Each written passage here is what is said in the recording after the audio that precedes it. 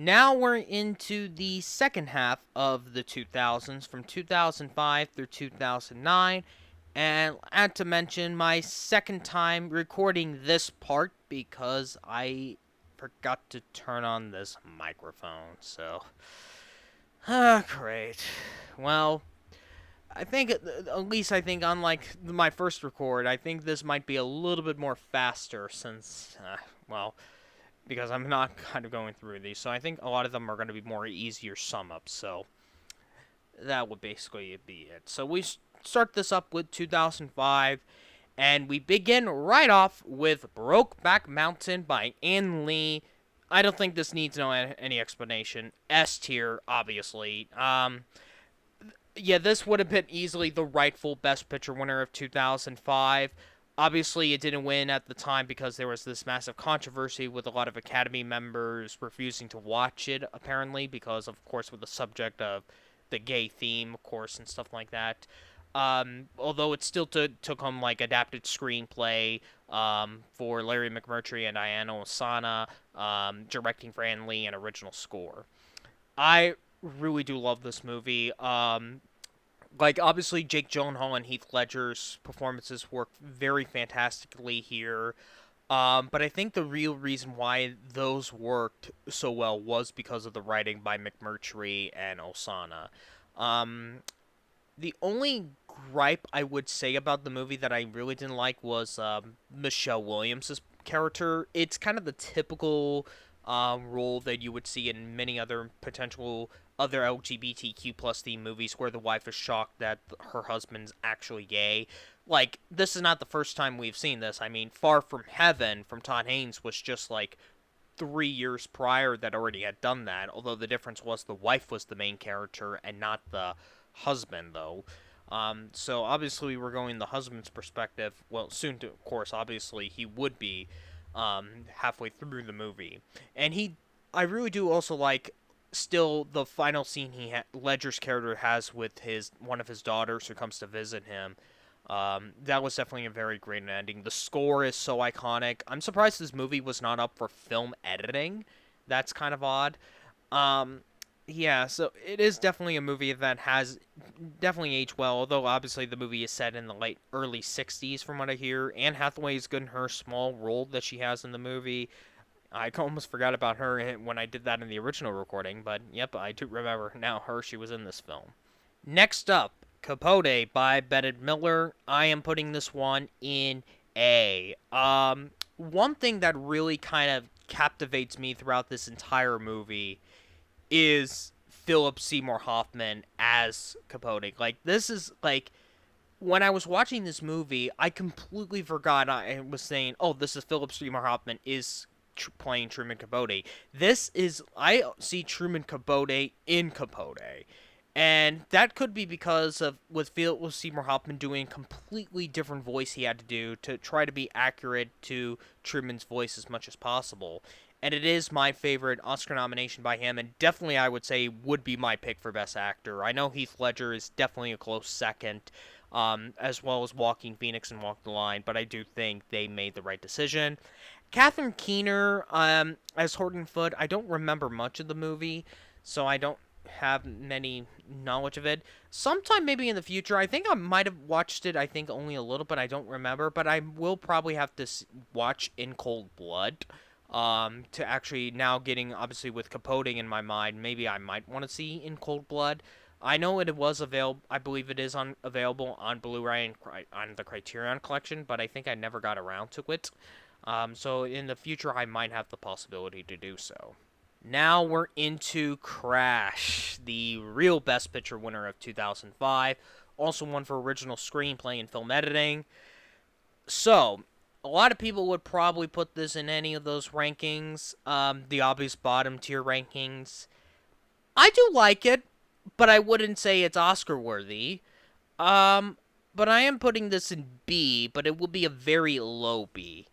Um, from what I remembered, I don't remember what I said in the original recording, of course, but um, it's fine. I mean, I think there was the one plot that I think I really kind of remember, and that's obviously what you see in the promotional material and like in the poster with the father hugging his daughter, uh, with I think that's what it kind of is. That's this one story I kind of know of the most. I did not know Sandra Bullock, Don Cheadle, or Brendan Fraser were in this movie.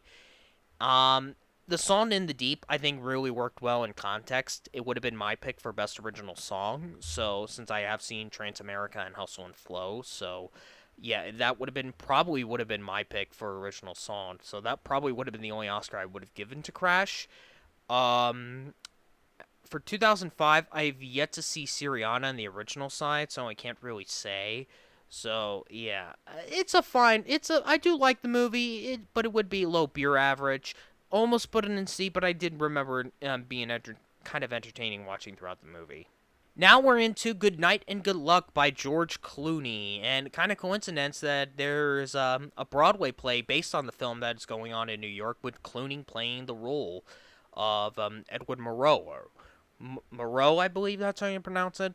I am putting this in C. I think this is a movie I feel like might have aged well, specifically on a political news story, kind of calling out specific politicians, like in the potential of their downfalls and stuff like that. Obviously, this was during the Cold War, and I feel like this is almost like I think we will never have somebody like Edward Moreau ever again. Like we need somebody like who Edwin Moreau was. Kind of like how we don't have another Mr. Rogers, but it feels like there should be another Mr. Rogers, but there can't be. And that's the thing with Edwin Moreau and his entire team, I believe. I think was called Set It Free or something like that. I did actually watch the like the footage, the real footage after I saw the movie, and really unique story of them calling out the specific politician. They were doing that, but not specifically saying, "Oh, he's a hypocrite," and here's stuff like that. They're kind of going into the massive secrets behind it. David Strathairn is fantastic as Moreau. But I would say the first half of the movie did kind of slandered a bit, like kind of very slow. It wasn't really that interesting. But when the second half, when they really got more into the investigation, I think that that's when the movie starts to get good. And I also have to ask, why was this not nominated for best cinematography? I mean, the black and white here is so good. I'm surprised it was a very overlooked in that category. I think it would have been my personal pick in that lineup. Like it for the in terms of out of all the picture nominees that had the best cinematography, I think it was easily this film. Now wrapping up 2005 is the first Steven Spielberg movie to be nominated for Picture of the Century, Munich.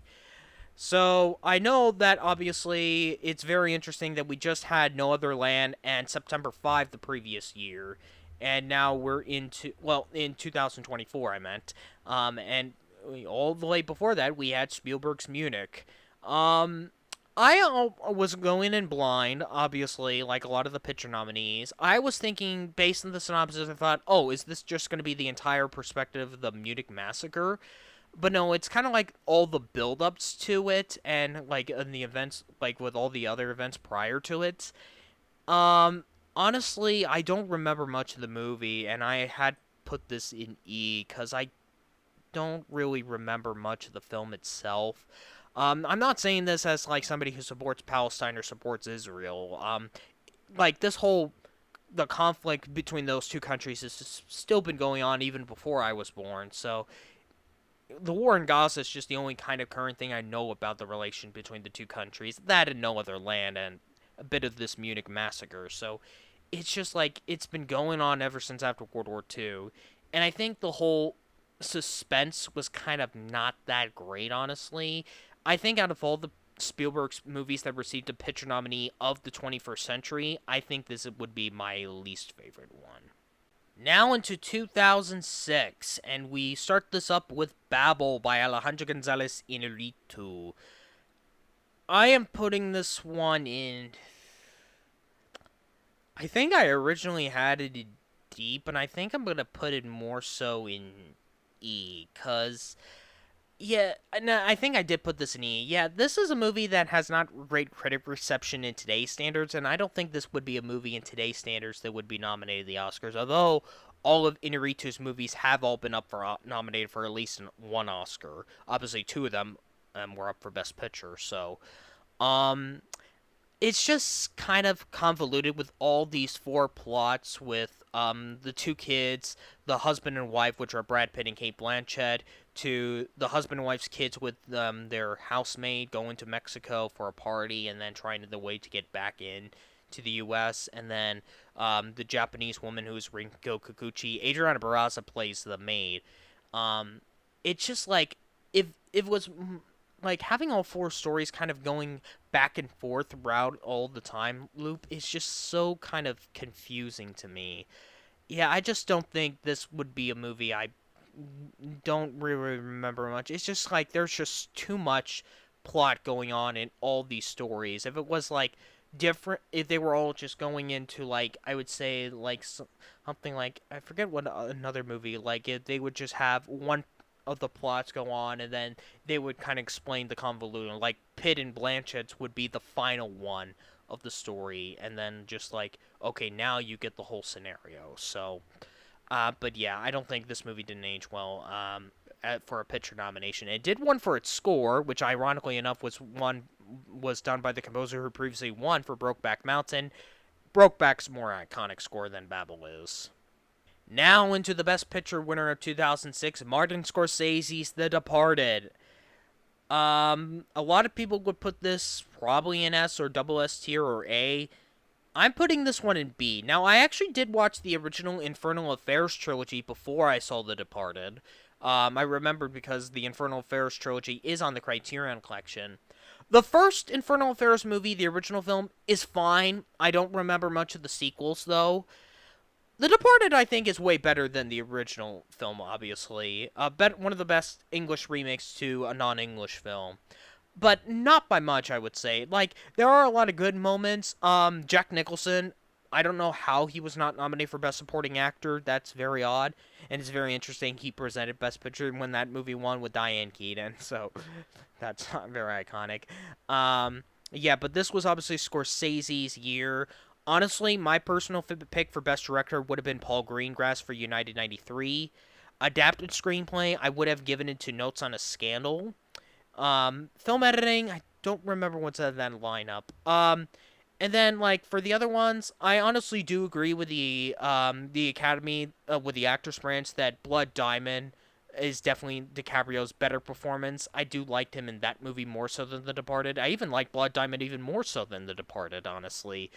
So yeah. Odd that Mark Wahlberg got in. It should have been Nicholson. So yeah, that was very odd. Yeah. In terms of Best Picture, I'll say which one would have been my pick here in about a few minutes. Next up is Letters from Iwo Jima from Clint Eastwood, one of the few U.S. non-English films to receive a Best Picture nomination, and obviously, of course, it was not up for then foreign language film, now international feature, because U.S. non-films that are primarily made here in the country are ineligible to qualify for the category. So it managed to get in for picture directing and one for sound editing, and it almost feels like it would be a double feature with Flags of Our Fathers, Eastwood's other World War II movie, but I wasn't really big on either of the films, not even especially Letters from Iwo Jima. I might remember it a little bit more so than Flags of Our Fathers, but not by much, so that's why I'm putting it in E. I think maybe because with the additional writing from Paul Haggis, who wrote Million Dollar Baby and obviously co-wrote with obviously directed Crash, but co-wrote the movie with Irish Yamashita. If this was just fully written by Yamashita instead of Haggis co-writing it, I think it might have done a little bit better job on it. There's not really a very memorable scene in this movie that I can think of in the top of my head. It just like I get the scenario, but it just like there's something odd with this movie. Not odd, something missing in this movie. Not even Eastwood's direction would have been the thing. So like Babel, I don't think this would be a picture nominee I would not have gone with. Speaking of which, of a picture nominee I don't think I wouldn't even nominate is Little Miss Sunshine by Jonathan Dayton and Valeria Faris, which almost won Best Picture over The Departed because it won original screenplay, it won supporting actor for Alan Arkin, and prior to the Oscars, it won both the Producers Guild and the Screen Actors Guild Award for Best Ensemble.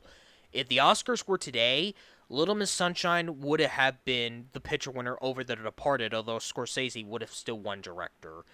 But I'm glad they did one with The Departed because I'm putting Little Miss Sunshine in E. Not F because I don't consider it because I'm not putting it in F because it didn't piss me off. It's just that I didn't like it. Um, the problem is, it's just that it's just like none of the characters are just that memorable. It's not funny, and like it's just like this massive road trip movie that I know sometimes works well, but this one didn't. And like some of the performances just feel it off. Honestly, for me, although the best one may have been Abigail Breslin, and she would have been my pick for Best Supporting Actress over Jennifer Hudson in Dreamgirls, but not by much. But that was a weak lineup. Although I did like Kate Blanchett in Notes on a Scandal, but that's a lead performance. So yeah, she would have been my pick, but not by much. Arkin definitely would have not been my pick for supporting actor. It would have been Jaimon Unsu in Blood Diamond. Yeah, I don't. I'm not really big on this movie. Like I can even see. I don't know why why Eddie Murphy left the ceremony after he lost supporting actor, unless if he was not a fan of Little Miss Sunshine. So if he was not a fan of Little Miss Sunshine and like he hated the movie, I can see why he left. Um, yeah, because he was very close to winning for Dreamgirls, though, even though the movie was not up for Best Picture. And now we come into what would be my best picture pick of 2006, The Queen by Stephen Frears, the first post Weinstein Miramax movie to receive a Oscar nomination for Best Picture, and it won for Best Actress for Helen Mirren in that fantastic Best Actress lineup that was that year. Man, all five of those nominees were great. It's kind of hard for me to which one would be my personal pick. Like, oh man, it would be a toss up between Mirren, Winslet in Revolutionary, not Revolutionary Road, Little Children, excuse me. Yeah, I would say might be my least favorite in The Devil Wears Prada. Okay, so I would say that. I'm putting The Queen in A because I really like the whole story of this. Like I was expecting, oh, is this just going to be a typical thing about like a Queen biopic, stuff like that, almost like a specific period or like one of her biggest periods in the royal fandom, but family. But no, this is obviously about the royal family's public's relationship with the general public after the death of Princess Diana under the leadership of the new Prime Minister Tony Blair, played by Michael Sheen, who should have been nominated for Best Actor. Although he went supporting at BAFTA, it's like the story is not really about Queen, also not just about Queen Elizabeth, but also about Tony Blair, who just got in the Prime Minister ministry right out just before like the death of Princess Diana, and his mission was to try to get the royal family to get back into the public relationship stronger than it was. And seeing this movie, that was a fantastic. Stephen Frears was great directing. Peter Morgan did a fantastic job with the story. I think this would have been my pick for original screenplay. Yeah, so thinking about Best Actress, I think Mirren might be my pick, but it might be Winslet as well for Little Children. I have to see in my personal 2006 lineups on who I would choose. Now we come into 2007, and out of all of the years of the 21st century so far, for the first 25 years of my life, I would say 2007 has to be, in my opinion, the weakest Best Picture lineup of the century so far. I was not really a fan of five of these movies. I think one was just okay, and then the other four I just felt mixed or just didn't really like in general. A lot of them are just more mixed or boredom to me, and some of them I just don't understand. And we start this up with Atonement by Joe Wright, which won for original score. And just want to mention, this was 2007 is actually the last year to have the five picture nominees to all walk away with something. And it would be, of course, until 2014 when all eight of them got a win. Same thing with 2018. So, Atonement, I am putting this one in E. The only thing is I really do like about the movie was Keira Knightley's green dress and the fantastic performance by Saoirse Ronan, and she would have been my pick for Best Supporting Actress. But the whole story of this young sister trying to expose her big sister's or someone she's related to's relationship with this guy who would end up going into the army, and just the sour relationship the two have with each other, it just like I don't know what it is. I think it might be due to Christopher Hampton's writing that might make me confused with the dialogue. It's just like I get the story, but it's just the dialogue did not work for me. Um, yeah, like honestly, Pride and Prejudice is definitely a way better period piece movie. I believe from Joe Wright, starring Keira Knightley, that is way better than this. Pride and Prejudice makes more sense of being a picture nomination than Atonement. Now into Juno by Jason Reitman, which won for original screenplay.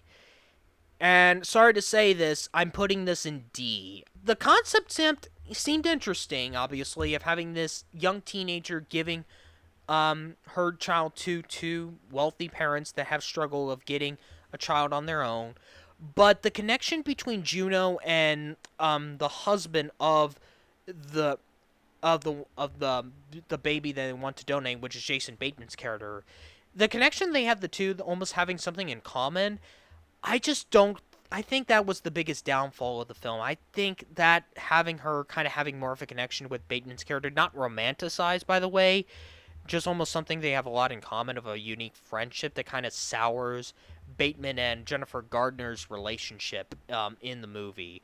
I mean, J.K. Simmons and Allison Janney as Juno's parents um, was very strong. I really wish there was a lot more scenes in the movie. Um, Michael Cera, I think, was very underplayed. Although he's a lot in the promotional material, he's, I would say, barely in this movie. And then Ellen Page, well, obviously now as Elliot Page. Back then when he was a she, um, it was a fine performance. I get the scenario, but it's just I think the dial and I think it's just Diablo Cody's writing and just telling the story of just with the connection with Bateman's character just probably seemed to flew me off a bit. So, yeah, I know a lot of people love this movie, but I don't feel like this is a movie I would not go back to. Now I would say what would become the most forgetful Best Picture nominee of 2007 for me, Michael Clayton. I'm putting this one in E. I don't remember much of this movie other than just a car explosion and Clayton finally confronting Hilda Swinton's character of catching her specifically. I don't know, like Michael Clayton's just like this somewhat bounty hunting movie. It's very interesting because the director of the movie is Tony Gilroy, who actually wrote some of the Bourne movies, including the Bourne Ultimatum, that came out this year, and I believe he did direct Jason Bourne. I believe unless if I'm mistaken, but yeah, I think he did Legacy, which that movie sucked. Yeah, I think he did Legacy, but yeah, yeah, I think he should have just sticked with just writing the Bourne or just writing the movie and give them somebody else the director's chair because I don't remember much of how this movie goes. George Clooney was kind of I don't remember much of it. Same thing with Tilda Swinton, Tom Wilkinson. I don't know the crazy thing yet. Yeah, Swinton would not have been my pick for supporting actress, and although you had like Sidney Pollack as a producer of this film, I think this movie would have not made it in Best Picture if the Academy was modern. Now into the Best Picture winner from 2007 by the Coen brothers, No Country for Old Men. A lot of people obviously would be on the best side, and some people would be on the not so good side. I'm on the not so good side. I'm giving this a D as well. I mean, I don't like it's just basically this like what did I said in the original recording? It's just like catch the guy with the villain is just catching the guy who took all of his money, and that's basically it. And that's what Javier Bardem basically does. He's trying to catch Brolin's character for all the money, and that's just no, unless something else if I'm mistaken. I don't remember much of the movie, but it's just kind of ridiculous. It's just kind of like trying to catch the bad guy, and that's basically it. It's not really that creative. I think they could have done something better. Like I'm kind of hit or miss with the Coen brothers. I think yeah, I've not really been a massive fan of their movies. I don't think I have one film I actually really liked, and this is definitely not one of them. I have yet to see Fargo though, so I can't really say about that one. So yeah, I don't understand it when he like the wins it got. Like directing, I might get adapted screenplay. No, I probably would have like for director, I would have given that to the Diving Bell and the Butterfly and away from her for adapted screenplay, or could have been Diving Bell. I'll have to see. But yeah, Javier Bardem did not need to win Best Supporting Actor. I can't say who would have been my pick because I've yet to see The Assassination of Jesse James by the coward Robert Ford. Yeah, I'm not in the positive side for No Country for Old Men. It did not need to, like, the Coen brothers did not need to win 3 Oscars, especially Scott Rudin, of course, who would end up getting Me Too'd. And this is the only post Miramax Weinstein movie to win, no, post Weinstein Miramax movie, excuse me, to win Best Picture without his involvement. So, what would be my pick for 2007 would be Paul Thomas Anderson's There Will Be Blood, but not by much. I'm gonna put this in C. It's okay. I really do like the first half, but I didn't like the second half. Um, Daniel Day Lewis is very intense here in this movie. Would he be my pick for best actor? Right now, the lead, but I've yet to see In the Valley of Eli for Tommy Lee Jones's performance, so I can't really say. Oh gosh, Paul Dano, like going from an insane breakdown scene he had in Little Miss Sunshine to a crazy pastor or parishioner in There Will Be Blood, especially in the final scene he has with Day Lewis in the bowling alley. It's just what.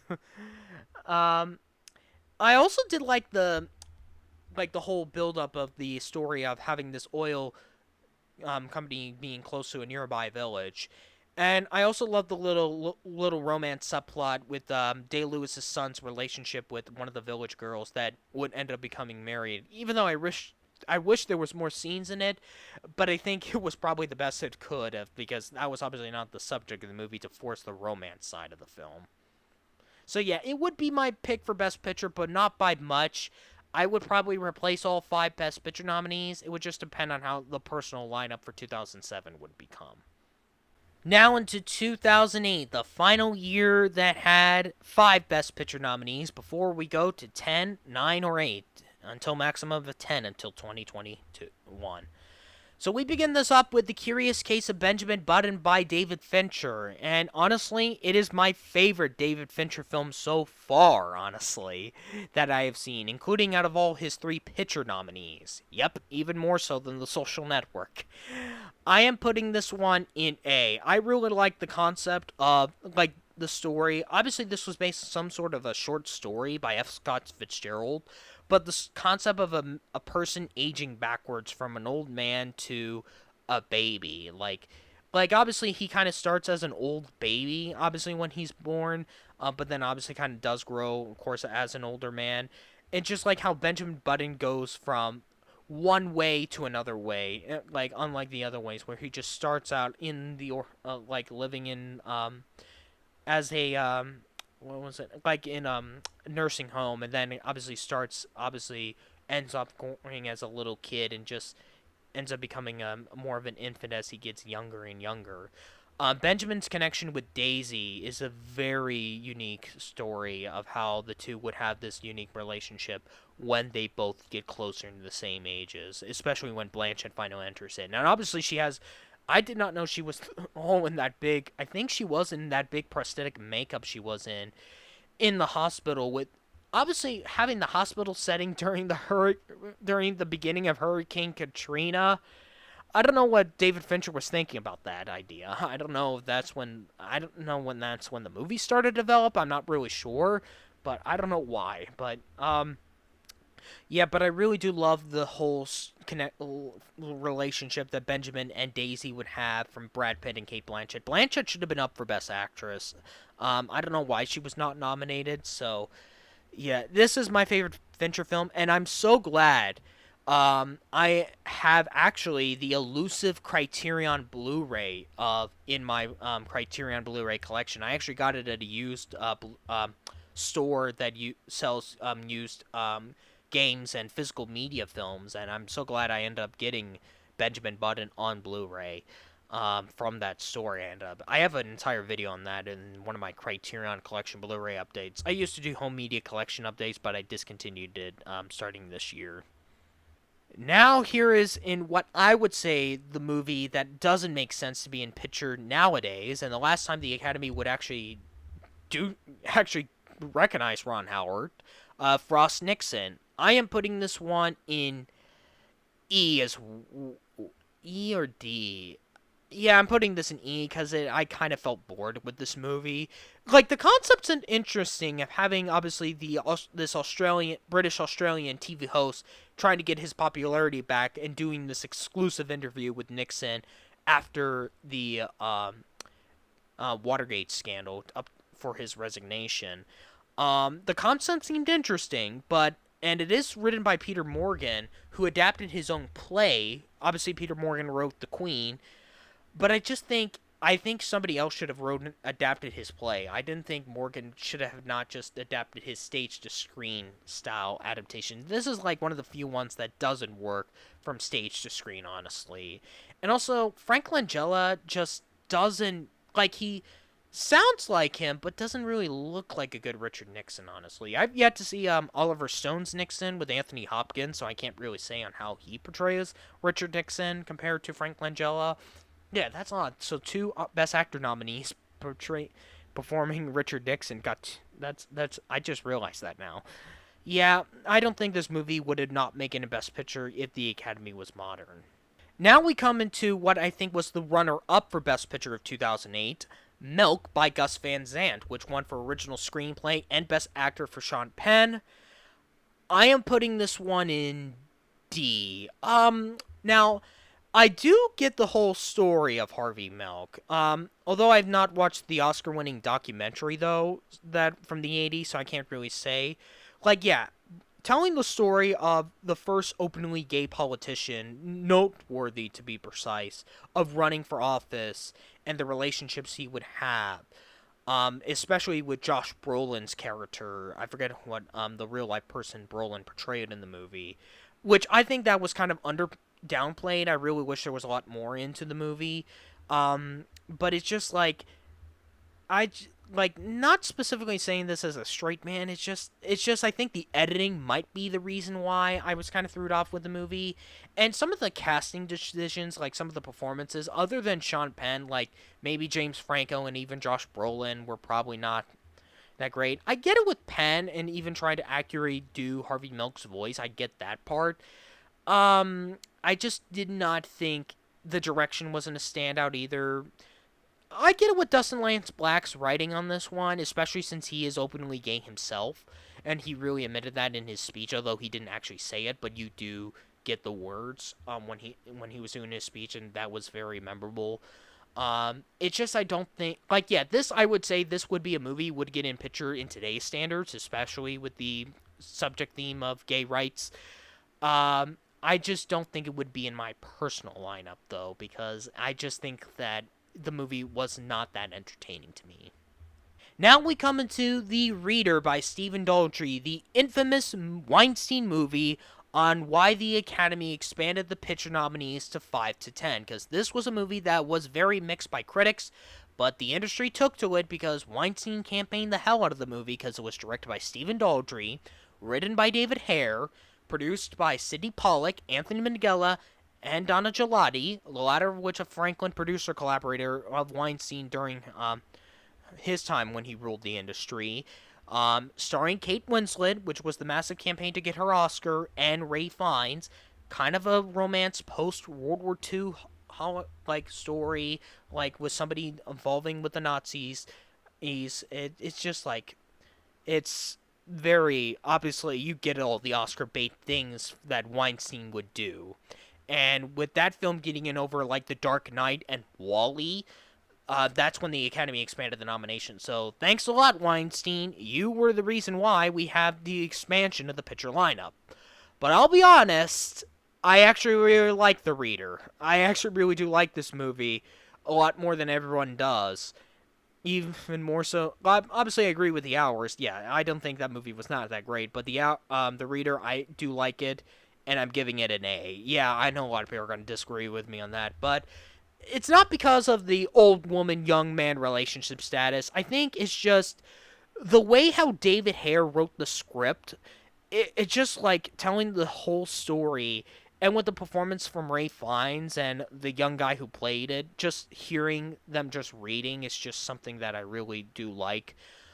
Um, I also do understand why Winslet went leading for The Reader. It's kind of like with Jennifer Connelly in A Beautiful Mind, where Although the difference is she does have a bit of a story, but she appears in almost every single scene in the movie. She's almost like gone for like I think at the beginning until when she's introduced, and then like a little bit before the, sometimes when we are not in the prison scenes with Ray Fiennes' character. So yeah, Fiennes is pretty good with his voice. When actually reads specifically to Winslet's character and the relationship they have with the two, although it's not really romanticized, but just the connection between the two characters I really do like. So yeah, although Billy Elliot I think is Daldry's best out of his Oscar-nominated movies, because I think we can all agree there's one that's much worse, but we won't get to that until the next part. So yeah, I'm in the minority. I do like The Reader a lot more, so you might see in my personal lineup for 2008. And now we're into the Best Picture winner of 2008, Slumdog Millionaire by Danny Boyle, which was also the last Best Picture nominee of the 2000s and in general for me to do this video. Yeah, this after when I finally saw the Slumdog Millionaire, I had finally am doing these tier list videos. And I am giving this film an A as well. I really do like the whole story of how Dev Patel's character gets his childhood crush like throughout the journey and proving to her not really proving to her, but specifically to get her free, to be precise, from his brother specifically. Um, yeah, Danny Boyle really directed this movie, and although I would say Benjamin Button would have been my pick for Best Picture, Slumdog Millionaire definitely deserved Best Director for Danny Boyle. Boyle really did a great job directing this movie, and I'm not really familiar how the money goes in India, but that creative way how they do Who Wants to Be a Millionaire, and the guy who plays the host in this film adaptation is just so great. Almost like he wants to bring Patel's character down. He just doesn't want him to be the biggest winner in the country for this India's interpretation of Who Wants to Be a Millionaire, and just the journey that the kid had, like Patel's character went from as a kid to a young kid to like a bit of an older kid, excuse me, to a young teenager to becoming a younger adult. He just like really wants to get the love of his life, and after like in a whole of the scenarios, the question was he a cheater or not? And a lot of the questions obviously go into like a lot of his backstory, a lot of the flashbacks, and like where he gets these information from, except for the Three Musketeers question, which was of course mentioned at the very beginning of the movie, but obviously there wasn't a legit answer to that. So yeah, definitely not a good Best Picture win, although Benjamin Button would have been my personal pick, but I can see why a lot of people really do dig with Slumdog Millionaire. And now we're into 2009, our first year of 10 nominees. No more 5 nominees at all. And we begin this up with James Cameron's Avatar. Now, I obviously had to watch this prior to Avatar The Way of Water. So I am putting this one in B. I actually do like it. I will say the first 30 or 45 minutes or so, kind of basically when they're just in the labs, just telling the explanation, did really lost my interest. But once this Jake gets into Pandora and has this relationship with Zoe Saldana's character, I don't want to butcher that name, her character's name. That's when I think the movie starts to get good, and the whole action scenes, how he has to do what all the creatures in Pandora are doing with all the flying scenes and stuff like that, and the relationship Jake has with this Pandora creature. I mean, it's just, it's just a fantastic connection they have. Sigourney Weaver, her scenes are fine. I just didn't really get in connection with her character, although I do understand it. I just think the casting choice was probably not the best one, I would say. Zoe Saldana, I think, gave the best performance. The visuals, despite of it being back in 2009, still looked great as it was back then. Even though The Way of Water would really improve upon it. But we won't get into that until part 5. So yeah, although it does take a bit of a long time for me to get into the movie, but once Jake enters into Pandora, that's when the movie starts to get great. Now into The Blind Side by John Lee Hancock, a movie that obviously has sparked controversy in recent years, not because of the movie itself, but because obviously the lawsuit that Michael would have on his adopted parents, especially his adopted mother, Leanne Toohey.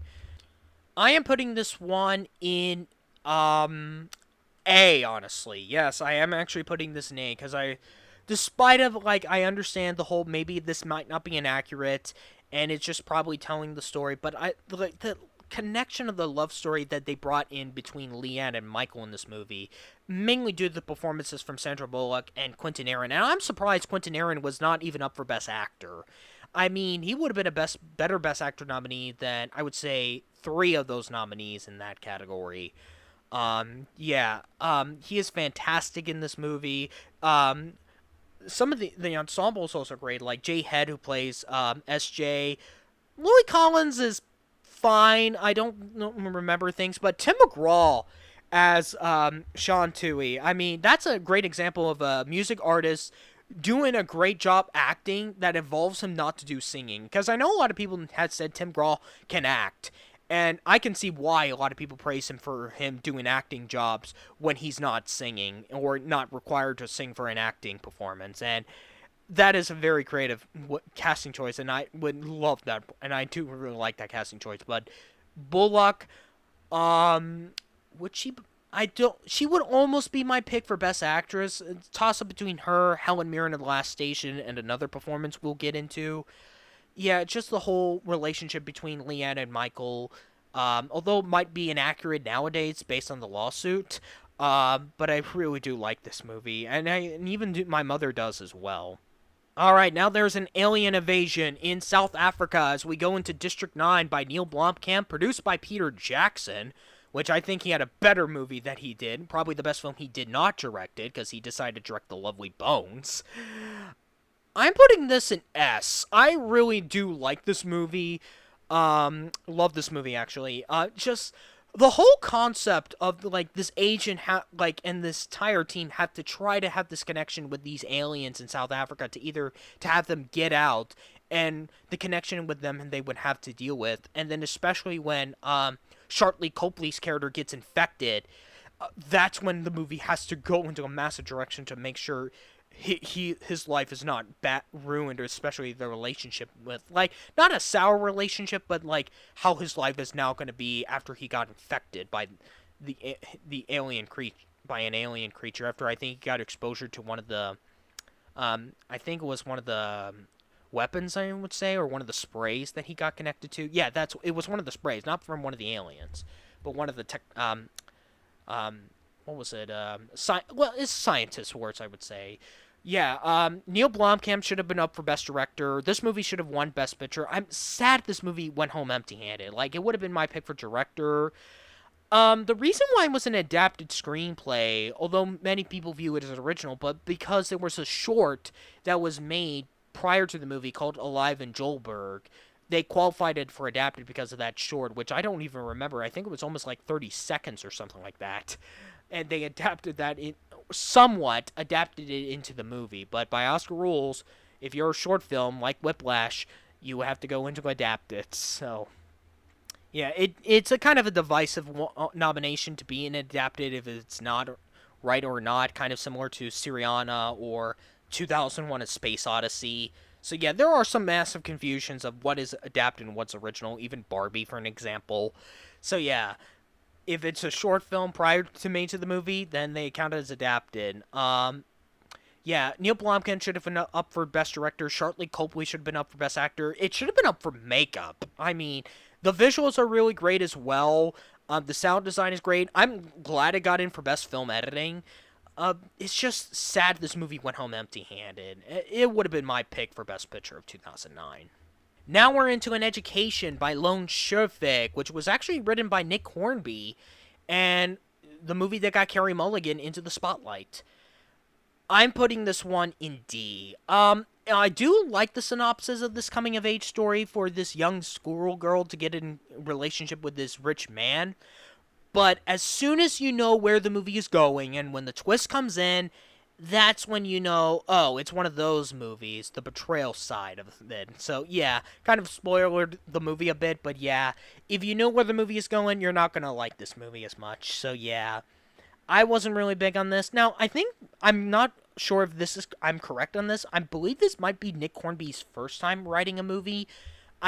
Correct me if I'm wrong. I know About a Boy was, like, his story about a boy would be adapted into a movie that he did not write, because that was Chris White's Paul Wrights and Peter Hedges, adapted Nick Hornby's story into book into About a Boy. So now he is doing writing scripts like not just in Education, but also Wild and Brooklyn, which are way better movies than this film. Yeah, and it's also interesting to note that this is the second time Carey Mulligan and Rosamund Pike got together. They worked together in Pride and Prejudice, and then they did this new movie. I heard they also did Salt, and they even did Saltburn as well. So yeah, those two have a unique duo connections, I would say, even though they're not really much of a duo themselves. Mulligan is fine. Obviously, Promising Young Woman would be her OG performance, but we'll get to that in part 5, so we won't get into much in that. But yeah, Alfred Molina, yep, I do prefer her in Chocolat, and even Frida, and even Spider-Man 2, I'll be honest. I think him is just going the father transition from being, oh, do what his daughter does, to almost approving the relationship she would be having. Yeah, I just really wish it would have gone into a different direction. I don't remember how the ending went, but I know she would have the better life for her. But yeah, if you get the twist, you're not going to like this movie. Now into our Best Picture winner of 2009, the first female-directed movie to win Best Picture and the first movie to have a woman win Best Director, Catherine Bigelow's The Hurt Locker, which of course she beated her ex-husband since she actually once was married to James Cameron at one point. I am putting this one in C. I really love the first half. I really do like the first half. But once the second half comes in, that's when the movie I think went downfall. I think when they get into, I believe, the lab scene, like one of the laboratories they were investigating, I think that's when the movie came in. I think it's like an hour way into the movie. So I think the first hour is great, but the rest of the time of the movie just didn't really work well for me. I mean, the whole concept of this new experienced somebody to not to help bombs detonated seemed an interesting concept. And it's so interesting to see Germany Renner and Anthony Mackie being together before the MCU. Yeah, it's just like I don't remember what I said in the original cut of this when I did original recording in this, since I didn't record this with a mic. I don't remember what I say, but yeah, great first half, not so good second half. Now into Inglorious Bastards by Quentin Tarantino. This is not on the negative side of Tarantino, not in a bad way, but I'm putting this one in E. It's just that since this is more of an ensemble piece, like I get it, like this is not the first time Tarantino would do something abolishing something, like he did with the Nazis in this film, but obviously with slavery and Django Unchained and the Mansons and Once Upon a Time in Hollywood.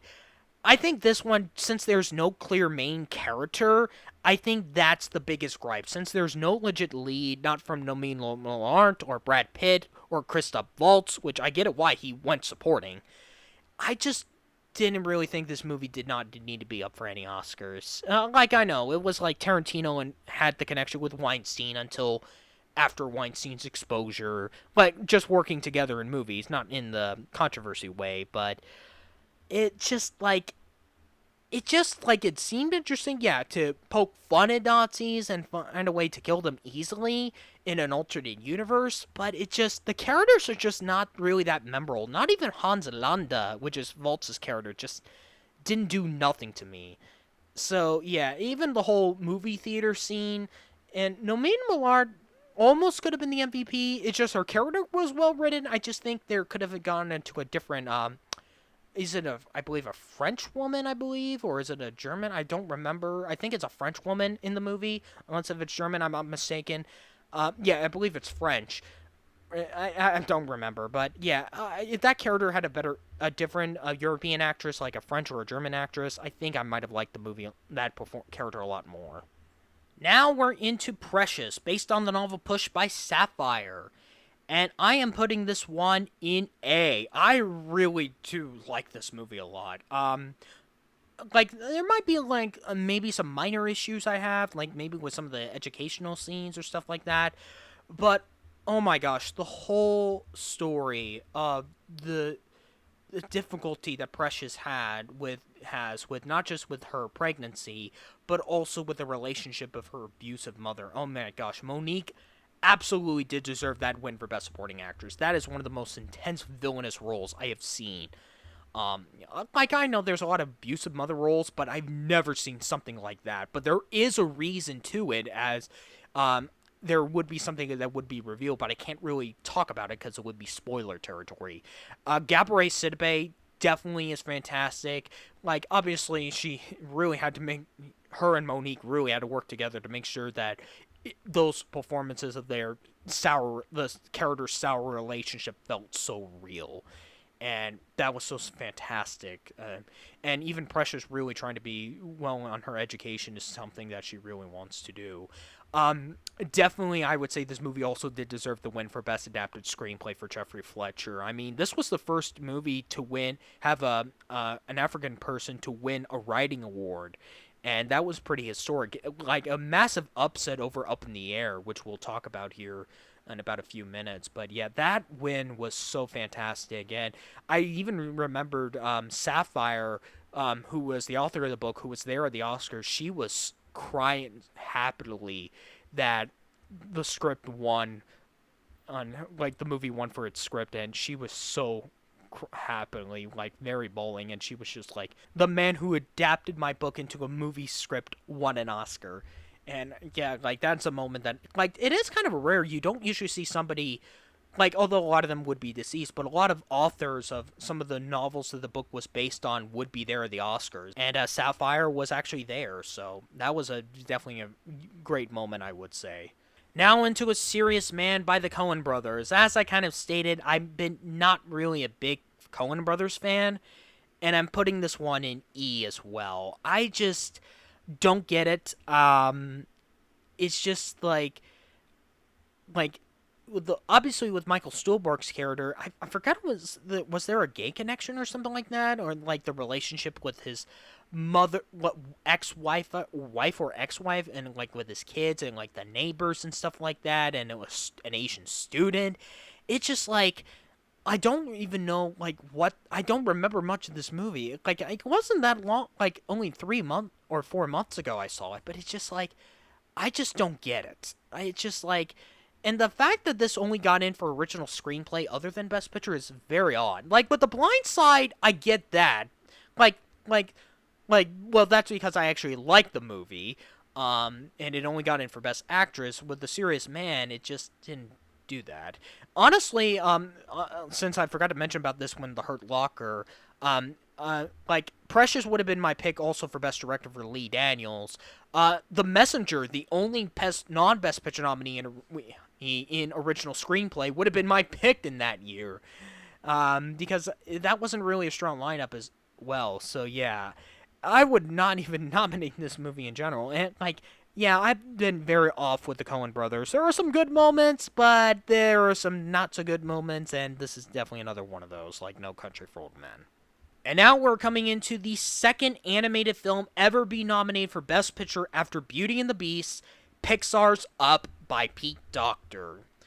I am putting this one in B. Yes, I know a lot of people want to put this in A or S. So, yeah, I'm sorry. I really do like it, but it's not like on my all-time Pixar levels. Like that's obviously a toss-up between Ratatouille and WALL-E for me. Um, it is also, I would say, maybe like Pete Docter is not one of my favorite animated movie directors because I do really love Monsters Incorporated, but that could be more of a nostalgic thing. But like Up, Inside Out, and Soul, they're good movies and maybe great, but I wouldn't consider them all timers from the studio. And Up is kind of no exception to that. Like I get it with the opening scene being a big, massive impact, especially many people consider it to be the best opening of 2009. I mean, it also won for its score, which I can understand that, although I can't really say because have yet to watch Sherlock Holmes, though that's not really part of it, since it was only in the technical categories. Original screenplay, definitely a fine nomination. Would have been my second pick. For best animated feature, though, my pick would have been easily what I think was the masterpiece of 2009, The Princess and the Frog. So yeah, I would have gone with Disney, but not for Pixar, but for Disney Animation for the animated category. And this was also kind of a big year for Christopher Plummer, because not just he was also as the voice of Charles Mintz, but also played Leo um, Toystol. I forget how to pronounce it. In The Last Station, where he got a supporting actor nomination. Great performance by him in that film. Ed Asner, of course, as Carl Fredrickssen's iconic. Even having Jordan Guy as Russell. I think the main issue is I think it just takes a bit, since it's just only like, yeah, a small cast, sometimes that can work well with just only having two people, or in this case, two people, like an old man, a kid, a talking dog, and a bird. Yeah, that's just an interesting, like, having a small cast of characters. Like, sometimes that could work, especially in animated movies like Ice Age or Flow. But sometimes I think when the pacing doesn't do that much, I think that kind of with the editing stage, I think that's what kind of prevents me from being loving this movie a lot. I do get the goal with why Carl wants to go to Paradise Falls with Ellie. Now, am I overall happy that an animated film was recognized in Best Picture that year? Definitely. Would it be my personal pick? Well, I can't really say at the moment until when I do my full 2009 picture lineup, but definitely The Princess of the Frog would have been in there instead of Up as of this recording. And finally, we come into Up in the Air from Jason Reitman, his follow up to Juno, and definitely a massive improvement. I am putting this one in B. I do like the concept of this guy being hired to just go and be a personal representative for the boss or some other hierarchy to fire their employee. And then the idea of transitioning in from like traveling to a plane and staying at a hotel just to go to this workplace for their job, like all reserved with no cash. Like they don't even need to pay it. It's just the company that does that does pay it for the worker. And just doing this massive program and stuff like that. And the idea of just transitioning it to doing it virtually instead of doing the travel side is very interesting with Clooney's connection with his co-working status with Anna Kendrick's character, which, man, Kendrick is so fantastic. She even got an MTV award for like some sort of breakthrough performance or stuff like that. Like she managed to win that award. And then her career just kind of went downhill a bit until her directorial debut with Woman of the Hour, because the only big notable movies she was in between Up in the Air and Woman of the Hour were just Pitch Perfect and Trolls. That's it I can think of, unless if I'm mistaken of anything else. But yeah, Up in the Air was only her big thing the industry respected until Woman of the Hour. Vera Farmiga is also pretty good. George Clooney, really fantastic. He would have been that, or Morgan Freeman would have been my pick for Best Actor that year over Jeff Bridges and Crazy Heart. The only critique is once a twist comes in, specifically, I felt like I've almost seen, like, not because it's almost kind of comparison to an education, but at least it kind of works better because of Reitman and Sheldon Turner's dialogue and with the performances by Clooney, Vera Farmiga, and Kendrick. So, yeah, all the connection with all three of them have and the relationship that Clooney it has with Vermiga's character, and how Clooney being character being a single man, no pun intended, because there was a movie called A Single Man released that year that was up for Best Actor for Colin Firth. Of the relationship status, like between a coworker and somebody you really love.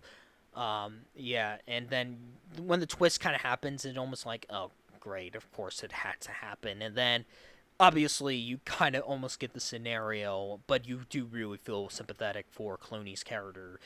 So yeah, although it didn't work well for an education, but I think with the twist, it did do better with Up in the Air, basically because of the performances and with the writing by Sheldon Turner and Jason Reitman.